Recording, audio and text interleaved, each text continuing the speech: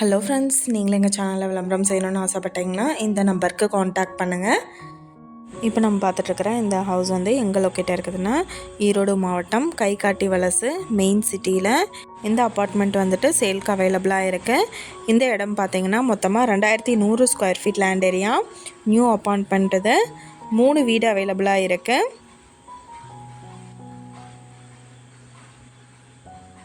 40,000 வாடகை வர்ற அளவுக்கு நல்ல ஒர்த்தான அப்பார்ட்மெண்ட் இது. மாதமான